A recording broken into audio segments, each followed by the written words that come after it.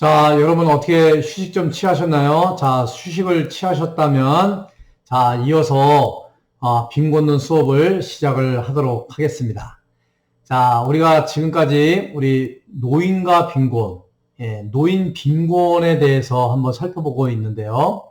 우리 앞 시간에서는 노인 빈곤을 바라보는 견해, 어떤 비관적 견해와 낙관적 견해, 이렇게 두 가지 그 견해에 대해서 한번 살펴보았고요. 그리고 노인 빈곤의 현황, 노인 빈곤의 실태에 대해서 한번 살펴보는 그런 시간을 가졌습니다. 자, 이어서 노인 빈곤에 대해서 한번 살펴보는 그런 시간을 갖도록 하겠습니다. 자, 이렇게 하여튼 휴식을 취하셨으니까요. 새로운 마음으로 한번 이어서 수업을 진행을 하도록 하겠습니다. 우리 힘차게 한번 출발을 합니다. 자, 잘 따라오시기를 바라겠습니다. 자, 우리 세 번째 노인 빈곤의 원인과 영향에 대해서 한번 살펴보도록 하겠습니다. 자, 노인 빈곤의 원인. 자, 노인들이 빈곤할 확률이, 빈곤율이 특히 우리 대한민국의 노인 빈곤율이 상당히 높다고 얘기를 했어요. 노인 빈곤을 유발하는 주요 요인들은 무엇일까요? 첫 번째, 우리 고용과 관련된 요인이 있습니다. 고용이죠. 고용은 뭐예요? 내가 일자리를 갖는 거예요. 우리나라 같은 경우는 이제 이 고용 문제가 이제 심각한 상태죠. 자, 여러분들 우리가 이제 몇 살 정도에 퇴임을 하죠? 통상적으로 일반 이제 기업체나 이런 데 보면 60세, 61세 요때 이제 퇴임을 해요. 공무원들 같은 경우는 61세 퇴임을 하죠. 예. 그리고 이제 대부분 61세 내지는 이제 65세 우리 사회복지기관 같은 경우는 우리 사회복지기관의 이제 시설장, 뭐 센터장, 그 리더급에 있는 분들은 65세까지 이제 사회복지 시설에 종사를 할 수가 있어요. 근데 그 밑에 이제 뭐 부장이나 사무국장 이런 분들 그리고 뭐 주임, 과장, 뭐 일반 그 사회복지사들 같은 경우는 61세까지 우리가 근무를 할 수가 있습니다. 그러면 61세 이상 되면은 퇴임을 해야 돼요. 그러니까 우리가 노인이 65세라고 그랬잖아요. 그러니까 65세 노인이 되기 전에 61세만 되면 퇴임을 하게 되는 거예요. 퇴직을 해야 돼요. 그런데 일반 사기업체 같은 경우는 61세보다 더 빨라요. 그러니까 57세 뭐 요때 정도 되면은 퇴임을 해야 돼요. 그러면 이제 이때부터 고용이 안 되는 거예요. 그럼 고용이 안 되면 어떻게 되죠? 일자리를 잃어버리게 되면 어떻게 되죠? 소득이 발생되지가 않는 거죠. 소득이라는 것은 돈이 안 들어오는 거죠. 수입이 없어요. 수입이 없는데 지출을 해야 될 때는 있는 거죠. 그러다 보니까 빈곤 상태에 놓일 가능성이 높아지는 거죠. 그래서 이 고용과 관련된 요인들 같은 경우는 일단은 이 퇴임하고 관련이 있어요. 퇴직. 61세 이후에는 소득이 없어지는 거죠. 빠르면 57세. 그러니까 65세 노인이 되게 되면 그만큼 소득이 없어지는 거죠. 돈이 안 들어오니까 노인 빈곤을 유발하는 요인으로서 작용을 하는 것이 이 고용과 관련된 요인이라고 할 수가 있겠습니다. 두 번째는 건강과 관련된 요인인데요. 이제 노인이 되다 보면 65세 이상 노인이 되다 보면 자연스럽게 그동안 65년 동안 이게 다뤘던 이 모든 그 기능들이 이제 노화가 되는 거예요. 자꾸만 이제 망가지게 되는 거죠. 망가지게 돼요. 그러다 보면 어떻게 되나요? 망가지게 되면 자꾸만 이제 돈이 들어갈 일들이 많이 늘어나게 되는 거죠. 예를 들어서 이제 이 치아 같은 경우 그렇죠. 노인이 되게 되면 자꾸만 이제 잇몸이 주저앉게 돼요. 그러면 이제 치아가 이제 썩게 되죠. 썩게 되면은 이가 이제 망가지게 되는 거죠. 그럼 뽑아요. 그러면은 틀니를 하거나 아니면 뭐 임플란트로 해가지고 이를 맞춰야만 먹을 수가 있으니까. 그러니까 먹을 수가 있어야 되는데 이게 이제 자꾸만 치아가 망가지고 먹을 수가 없어요. 그러니까 저희 어머님도 이제 94살에 돌아가셨는데 우리 어머님 같은 경우도 이게 틀니를 했는데요. 자꾸만 잇몸이 무너져요. 그러니까 처음에는 이게 틀니가 잘 맞았는데 잇몸이 자꾸만 내려앉으니까 이 틀니가 자꾸만 헐거지는 거예요. 그러니까 이제 딱딱한 거를 못 드시고 뭐 고기 같은 것도 제대로 못 드시고 그러다 보니까 건강이 안 좋아지는 거죠. 당장 뭐 이런 거죠. 또 이제 노인이 되다 보면은 이제 뭐 시력이 자꾸만 이제 안 좋아지잖아요. 네. 그래서 이제 뭐 시력이 안 좋아지다 보니까 이제 눈이 그 백내장 수술을 하고 녹내장 수술을 해야 되는 그런 상황이 이제 닥치게 되는 거죠. 또 이제 귀가 잘 안 들려요. 귀가 안 들리다 보니까 대화하는데 의사소통하는데 많은 문제점이 발생이 되죠. 그러다 보니까 여기 이제 보청기를 뭐 껴야 된다든가 이렇게 되는 것이죠. 그래서 이렇게 하다 보니까 이제 뭐 틀니를 해야 되고 임플란트를 해야 되고 뭐 눈 수술을 해야 되고 귀 같은 경우는 보청기를 껴야 되고 이러다 보니까 이 건강 문제가 발생이 되다 보니까 여기에 지출해야 되는 그런 돈들이 자꾸만 늘어나게 되는 것이죠. 그게 이제 다리가 힘이 없어져요. 다리가 노인이 되면 다리가 힘이 없어져요.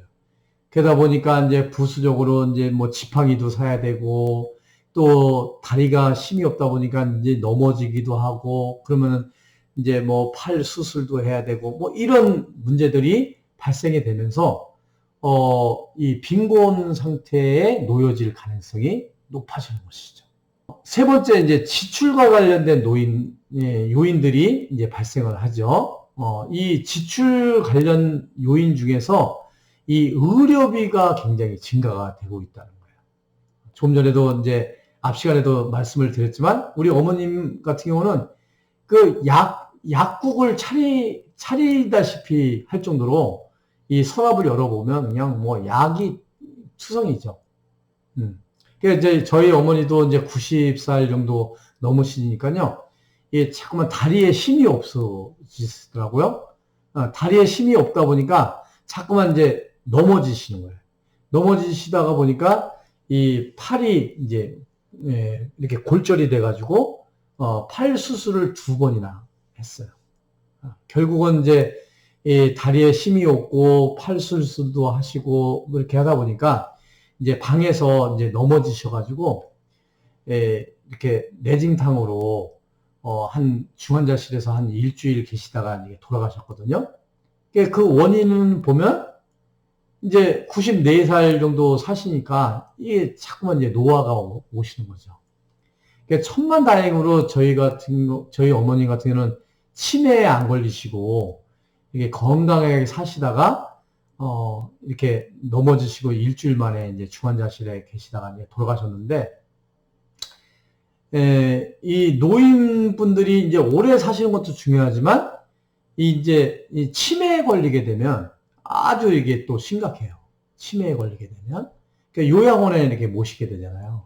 그럼 요양원에 옛날에는 이제 뭐 별로 이 병원비가 이렇게 많이 지출이 안 됐는데 요즘 같은 경우는 이제 이 노인 장기 요양 보험 제도가 있어가지고 그래도 그나마 이제 이 장기 요양 시설에 있는 그 요양비가 적게 들어가는 편인데 단순히 이제 요양원에 계신 분들은 주로 이제 그 치매 어르신들이 이제 많이 들어가 계시지만 이 요양병원이라는 거 있어요. 요양병원.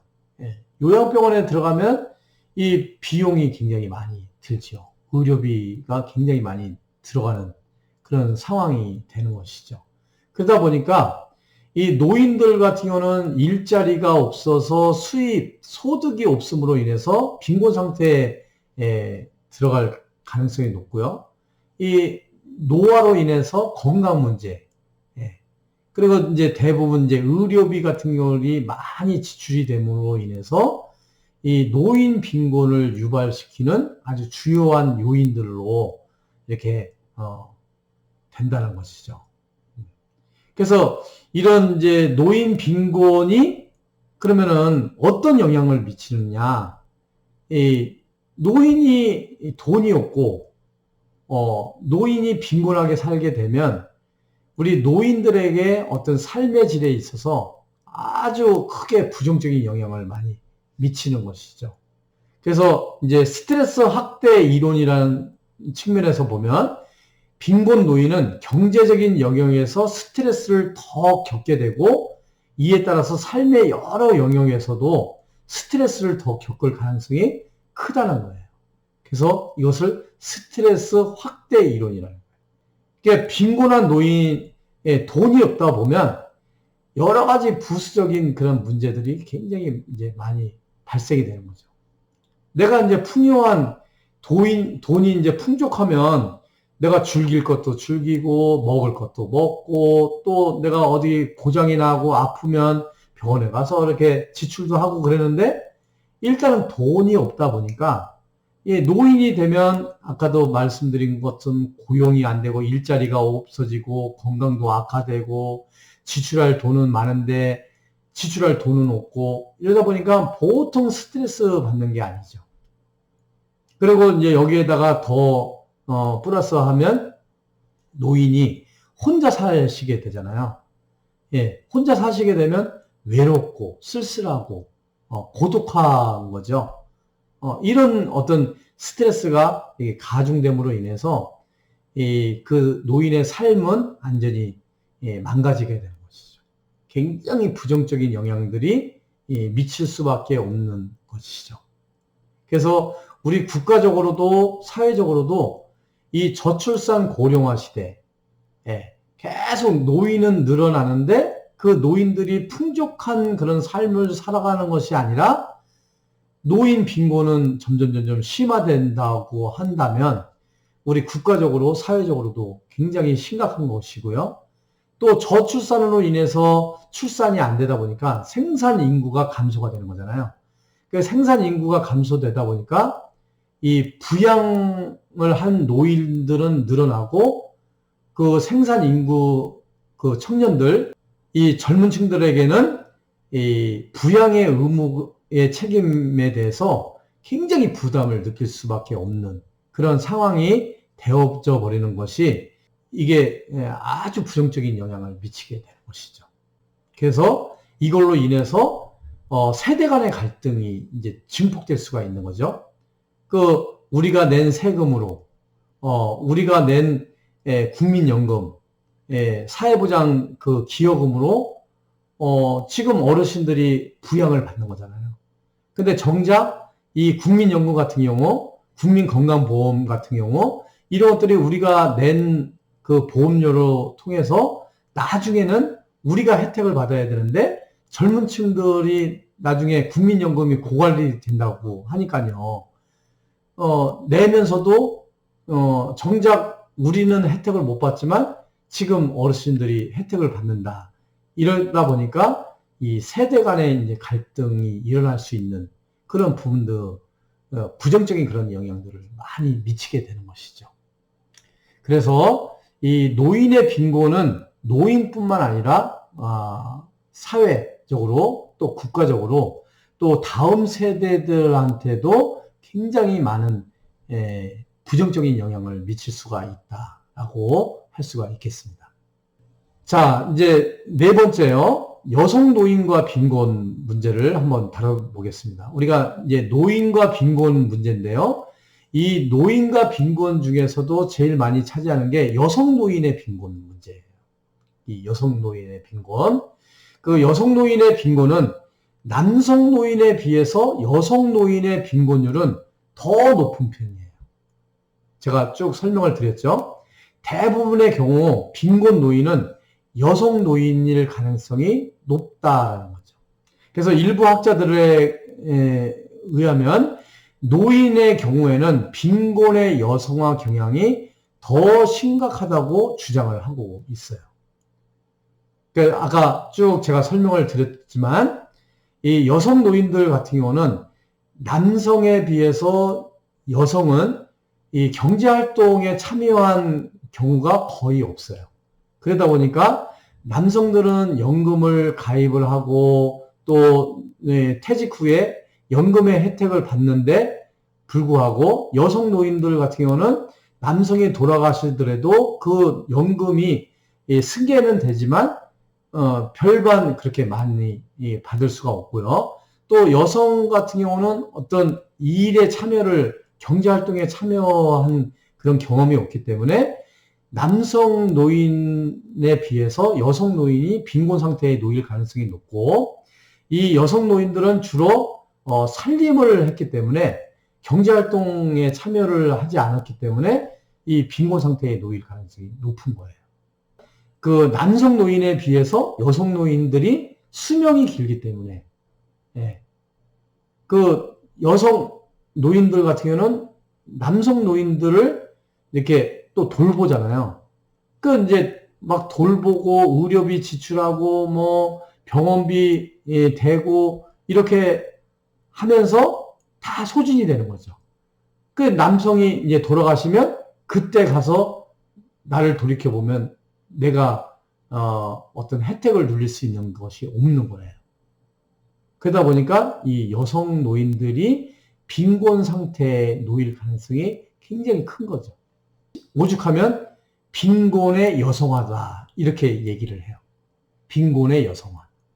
여성들은 빈곤해질 가능성이 높다. 뭐 이런 거죠. 그래서 아까도 이제 살펴봤지만 빈곤 위험이 큰 여성 노인들 같은 경우는 여성 노인들 중에서도 일부 집단은 빈곤 가능성이 높은데 아까 이제 얘기한 거죠. 자, 홀로 사는 여성 노인이 있어요. 홀로 사는 노인, 여성 노인. 또 나이가 많은 여성 노인. 그 다음에 세 번째 배우자가 사망한 여성 노인. 이런 경우, 이 세 가지의 경우 같은 경우는 빈곤 위험이 굉장히 크죠. 홀로 사는 여성 노인들이 많아요. 또 나이가 많은 노인들, 나이가 많을 수밖에 없죠. 평균 수명이 남성에 비해서 여성 노인이 기니까요. 그리고 배우자가 남편이 먼저 돌아가셔요. 그러다 보니까 배우자가 사망한 여성 노인 같은 경우는 빈곤 상태에 놓일 가능성이 굉장히 큰 거죠. 그래서 우리가 노인과 빈곤, 노인의 빈곤을 얘기할 때 우리가 많이 차지하는 부분이 여성 노인의 빈곤 문제를 우리가 간과할 수가 없는 거예요. 그러니까 이제 잠시 후에 이제 확인을 하시겠지만 이 노인 빈곤을 다룬 다큐멘터리 그 15분짜리 분량의 영상을 보시면서 한번 여성 노인에 대해서 한번 우리가 다시 한번 생각해보는 그런 시간을 가졌으면 좋겠어요. 자, 그러면 이제 여성 노인 빈곤의 원인은 무엇일까요? 왜 여성 노인이 빈곤 상태에 놓일 수밖에 없느냐?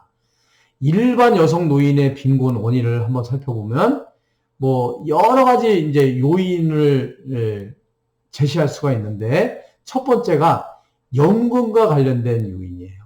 연금과 관련된 요인. 여성 노인은 공적 연금이나 민간 연금 영역에서 굉장히 불리하기 때문에 빈곤 가능성이 커요. 우리가 이제 공적 연금이다 이렇게 얘기를 하면 우리가 국민연금을 얘기를 해요. 국민연금. 국민연금이 있습니다. 이 국민연금은 일반 직장 생활을 하는 사람들에게 이 4대 보험을 가입을 하게 되죠. 여러분들 우리 사회복지법제론 시간에 배웠습니다. 4대 사회보험. 요즘은 이제 5대 사회보험이라고 얘기를 하죠. 기억하시나요? 국민연금, 그 다음에 국민건강보험, 그리고 세 번째 고용보험, 네 번째 산재보험, 다섯 번째 노인 장기 요양보험. 이렇게 5가지 보험을, 사회보험을 5대 사회보험이라고 얘기를 하죠. 근데 우리가 이제 직장 생활을 그만두고 퇴직을 한 이후에 우리가 노후 생활을 하는 데 있어서 보장을 해주는 보험이 국민연금보험이에요. 네, 국민연금보험. 그러니까 여러분들도 지금 이제 일부 학생은 취업을 해서 직장 생활을 하는 분들도 계시고 순수하게 이제 이 전공심화 과정을 밟고 있는 학생도 있는데 이제 직장에 여러분들이 들어가게 되면 사회복지시설에 들어가게 되면 반드시 국민연금을 가입을 하게 돼요. 그래서 예전에는 이 국민연금이 1988년서부터 시작을 했거든요. 그러니까 이제 56년생, 55년생들 같은 경우는 뒤늦게 연금을 가입을 했어요. 그래서 이 직장 생활을 하는 이 남성들 같은 경우는 이렇게 그나마 국민연금이라도 이렇게 가입을 했죠. 근데 이제 나중에 뭐 지역가입자를 만들어가지고 이제 살림을 하는 사람들도 국민연금에 의무 가입을 할 수 있도록 이렇게 하기는 했지만, 그만큼 이제 공적연금의 영역은 직장 생활을 하는 남성 중심의 어떤 연금을 이렇게 가입을 하게 되었다고요. 또 이제 우리 뭐 은행이나 뭐 이런 증권회사나 뭐 이런 데에서 민간 개인연금을 이렇게 가입을 해가지고 퇴직 후에 노후의 연금으로 연금을 받아서 생활할 수 있도록 이렇게 했던 영역이 있는데 이 여성 노인들 같은 경우는 이런 공적 연금이라든가 민간 연금의 영역에 참여할 기회가 거의 없었어요. 그러다 보니까 이 연금 가입을 하지 않은 거죠. 그러다 보니까 남성 노인보다는 여성 노인이 이런 공적 연금이라든가 민간 연금의 영역에서 혜택을 받을 확률이 좀 적게 되는 것이죠. 그러므로 인해서 노인들이 빈곤한 상태에 놓여질 가능성이 높다라는 거예요. 두 번째는 무급 돌봄 노동과 관련된 요인들이 있어요. 그러니까 여성들은 무급으로 돌봄 노동에 참여하는 탓에 경제활동에 제약이 된 것이죠. 그러다 보니까 빈곤 가능성이 높아요. 그러니까 우리가 지금은 이제 돌봄이라는 그런 용어를 사용을 하는데, 돌봄이라는 것은 예전의 말로 표현하면 살림을 하는 거예요. 살림. 집안의 살림을 하는 것을 이제 와서는 이제 돌봄이라고 그러죠. 그래서 노인을 돌본다, 노인 돌봄. 아동을 돌본다, 아동 돌봄. 근데 옛날에는 이 여성들이 이렇게 돌봄 활동을 하는 것을, 살림을 하는 것을 노동이라고 취급을 안 했어요. 그러니까 당연히 이제 노동이라고 취급을 하지 않으니까 그 노동의 대가의 어떤 급여가 지급이 안 된 것이죠. 그래서 남성들은 밖에 나가서 직장 생활을 해서 노동을 통해서 급여를 받고 돈을 받은 반면에 여성들 같은 경우는 집에서 살림을 한 거예요. 이건 살림은 노동이 아닌 거죠. 그러다 보니까 살림에 대한 보상이 없는 거죠. 그래서 그것은 살림을 하는 것은 무급이에요. 무급. 급여가 없는 거죠.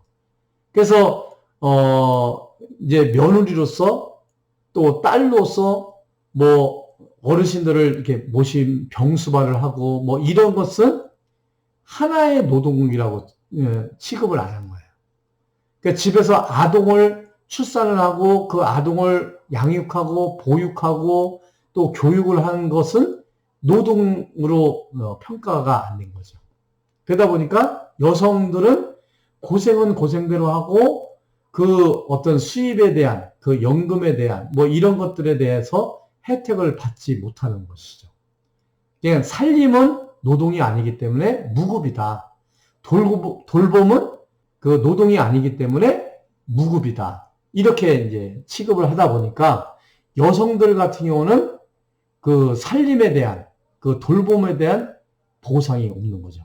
그러다 보니까 당연히 어떤 유급 그 노동에 참여할 수도 없는 것이고 그 무급으로 노동에 참여한 것으로 인해서 경제활동에 제약을 받게 된 것이 이 노동과 관련해서 여성 노인들이 빈곤 상태에 놓일 가능성이 높아진 것이다. 이렇게 말씀을 드릴 수가 있어요.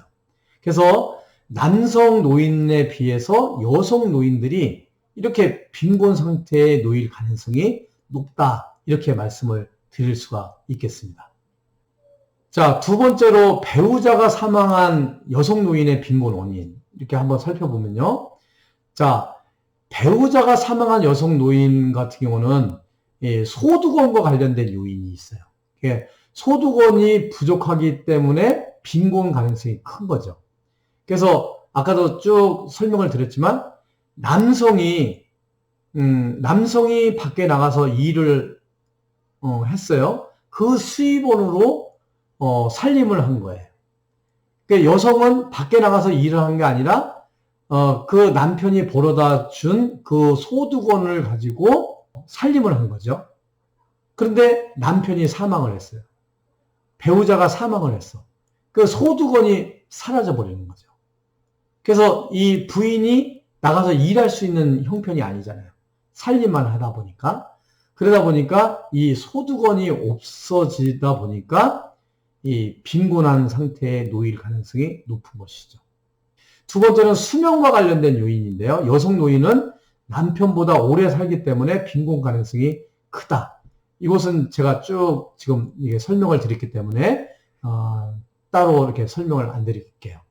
그래서 남성에 비해서 여성들이 오래 살기 때문에 오래 산 그 여성 노인들이 빈곤 상태에 놓일 가능성이 높고, 세 번째는요, 의료비 지출과 관련된 요인인데 사망한 남편의 의료비 지출 때문에 빈곤 가능성이 커요. 이거 좀 부연 설명을 하면 남편 노인이 그 남자 노인이 그냥 일찍 돌아가시지는 않았을 거잖아요.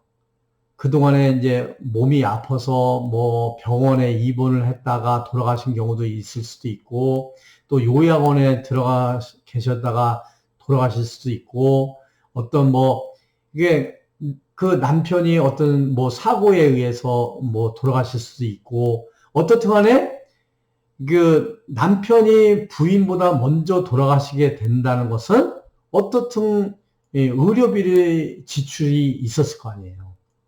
심하게 말하면 뭐 몇 년 동안 병원 신세를 지다가 돌아가시는 경우도 있을 수 있고요. 또 때로는 그 오랫동안 병원비를 충당하기 위해서 뭐 대출을 받아가지고 이 병원비를 지출을 했을 수도 있을 거잖아요. 그러다 보니까 그 남편이 돌아가신 다음에 홀로 남은 그 여성 노인들 같은 경우는 그 병원비 지출을 위해서 뭐 대출 받은 거 뭐 이런 것들이 뭐 빚으로 남아 있을 거 아니겠어요? 예, 그런 측면에서 여성 노인들이 남편이 배우자가 사망한 여성 노인들 같은 경우는 빈곤한 상태에 놓일 가능성이 높다. 이렇게 말씀을 드릴 수가 있겠죠. 그래서 이 배우자가 사망한 여성 노인의 빈곤 원인을 살펴봤는데요. 소득원과 관련된 요인, 수명과 관련된 요인, 의료비 지출과 관련된 요인, 이런 요인들에 의해서 배우자가 사망한 여성 노인들은 빈곤 상태에 놓일 가능성이 높다. 이렇게 말씀을 드리겠습니다. 자, 그러면 이제 마지막으로 이 노인 빈곤의 퇴치를 위한 방안을 한번 살펴보도록 하겠습니다. 자, 첫 번째 일반 노인을 위한 방안이에요. 일반적인 노인들. 사회보장과 관련된 방안인데요. 노인 빈곤 퇴치에서 가장 중요한 것은 뭐냐면 노년기에 공적 소득을 더 많이 보장해 주는 거예요. 노인에게 적절한 최저 수준의 사회보장 급여를 제공할 필요가 있다. 이런 거죠. 그래서 사회보장 급여에서 가장 중요한 제도가 공적연금이에요. 공적연금. 그래서 적절한 공적연금을 제공할 필요가 있다라는 거예요. 그래서 이제 우리나라에서는 이 사회보장과 관련된 방안으로서 우리 사회보장 제도 중에 첫 번째가 기초연금 제도 있죠. 기초연금 제도. 65세 이상 노인의 70%에 해당되는 노인들에게는 월 30만 원씩 지급이 되고 있어요. 올해 2021년서부터는 65세 이상 노인 중에서 그 생활 형편이 어려운 그 전체 인구 전체 노인 중에서 70%에 해당되는 분들에게 월 30만 원씩 지급을 하고 있습니다. 그래서 이렇게 소득을 보장을 해주는 거예요. 우리가 기초연금은 공공부조제도죠. 공적 공공부조제도로서 공적연금으로 기초연금을 이렇게 지급을 하고 있다. 그 다음에 두 번째가 이제 국민연금 제도죠. 국민연금 제도를 통해서 이제 공적연금 제도를 지급을 하고 있어요. 그래서 우리가 이제 60세 지금은 이제 한 62세가 되면 국민연금이 이렇게 지급이 되고 있죠. 그래서 퇴직을 한 분들이 이 직장 생활을 하면서 국민연금 보험료를 납입을 한 거에 대한 공적연금으로서 퇴직 후에 일정 금액의 연금이 지급이 되고 있죠. 그런데 이제 그 연금이 그렇게 많지는 않아요. 이게 그런 부분들이 좀 안타까운데 우리나라에서는 현재로서는 이 사회보장제도로서의 방안으로 국민연금 제도하고 기초연금 제도를 통해서 노후의 소득을 보장해주는 제도가 대표적인 이제 두 가지 제도라고 할 수가 있겠죠. 그래서 이제 장기적으로 볼 때는 이 사회보장 제도를 더 확대할 수 있는 방법은 기초연금 제도를 더 강화를 해서 지금 이제 30만 원을 주고 있는데 이것이 이제 뭐 40만 원, 50만 원 이렇게 지급이 되면 그 노인 빈곤 문제를 좀 이렇게 해소할 수 있도록 할 수가 있겠죠.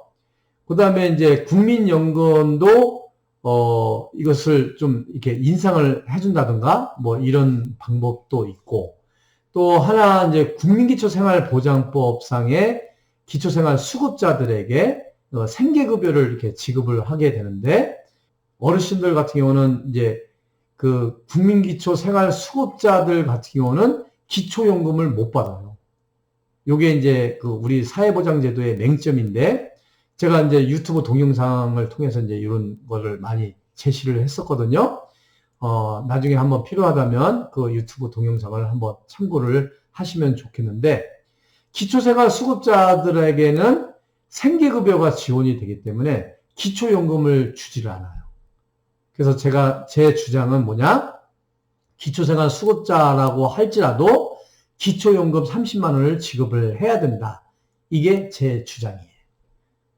근데 아직까지는 기초연금을 기초생활수급자, 그 국민기초생활보장제도에 따라서 생계급여를 받는 이분들에게 이 기초연금이 지급이 안 되고 있다. 이게 좀 안타까운 그런 현실이라고 할 수가 있겠어요. 자, 두 번째는요, 노동시장과 관련된 방안인데요. 일할 수 있는 노인들에게 능력에 맞는 일자리를 제공을 통해서 소득을 확보하게 해줄 필요가 있다. 이거예요.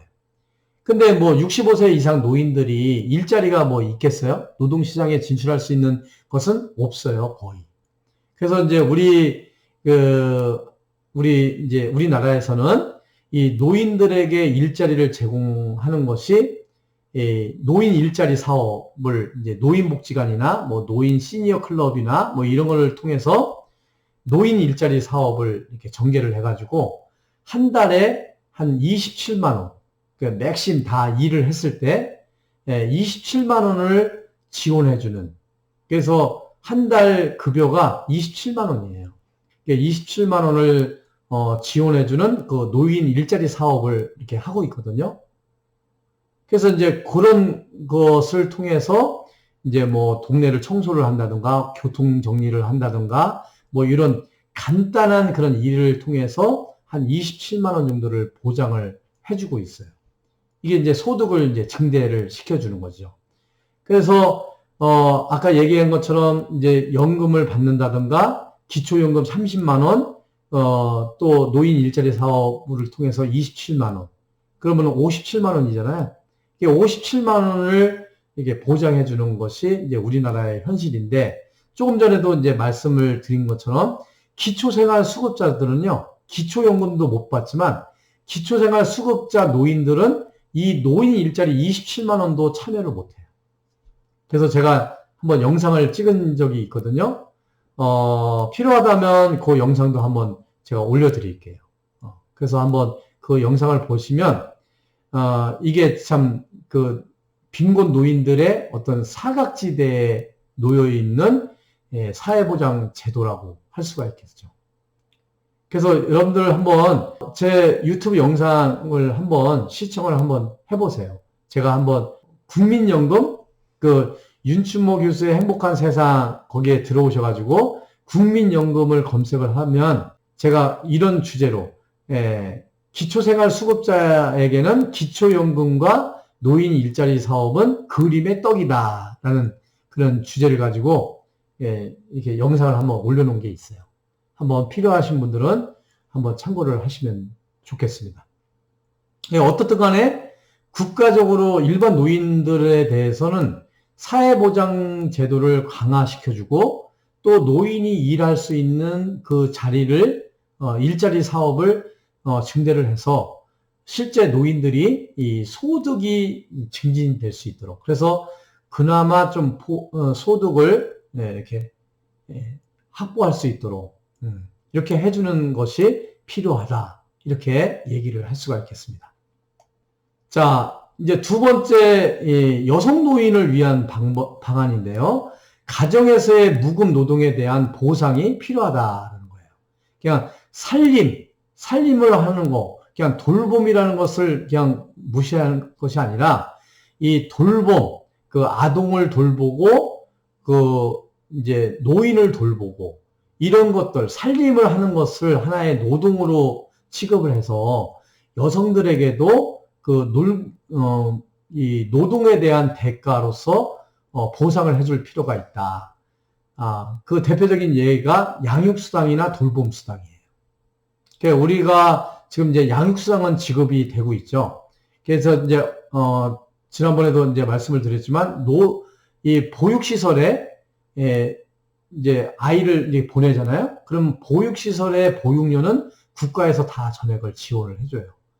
그런데 아동을 보육시설, 어린이집에 안 보내고 유치원에도 안 보내고 집에서 이제 돌보고 있는 아동에 대해서는 그동안은 혜택이 없었거든요. 그런데 이제 연령에 따라서 아동 양육수당을 그 부모에게 지급이 되고 있습니다. 평균 뭐 20만 원에서 30만 원 정도가 지급이 되는 걸로 알고 있어요. 그전에는 집에서 아이를 돌봤을 때는 그걸 노동이라고 보지 않고 지원이 안 됐거든요. 이런 것들이 이제 아동 양육수당이에요.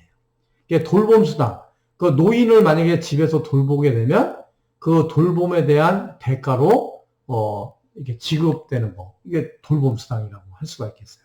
그래서 이런 것들을 통해서 여성 노인들, 여성들에게 이런 수당을 지급함으로 인해서 그나마 그래도 소득을 올릴 수 있도록 이렇게 할 필요가 있다.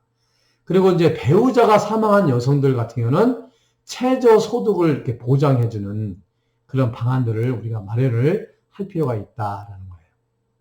그래서 결국은 정리를 하자면 사회복지제도, 특히 이제 사회보장제도 또는 노동시장 제도를 통해서 여러 가지 방안들을 마련을 해서 이 노인 빈곤율을 낮추는데 이런 사회복지제도, 사회보장제도, 또 노동시장 제도가 크게 기여할 수 있도록 우리가 국가적으로 또 사회적으로 노력을 할 필요가 있다라고 말씀을 드릴 수가 있겠습니다. 자, 이상과 같이 여러분들과 함께 오늘은 노인 빈곤, 노인과 빈곤에 대해서 한번 살펴보는 그런 시간을 가졌습니다. 2시간에 걸쳐서 제가 영상을 강의를 드렸고요. 또 15분 분량으로 노인 빈곤을 다루는 다큐멘터리 동영상을 올려놓을 테니까요. 여러분들이 잘 시청을 해보시고 한번 우리가 노인과 빈곤, 그 노인 빈곤에 대해서 다시 한번 생각해 볼 수 있는 좋은 시간이 되었으면 좋겠다, 이렇게 말씀을 드리겠습니다. 여기까지 수업 받으시냐고 대단히 수고 많이 하셨습니다. 여러분 감사합니다. 고맙습니다.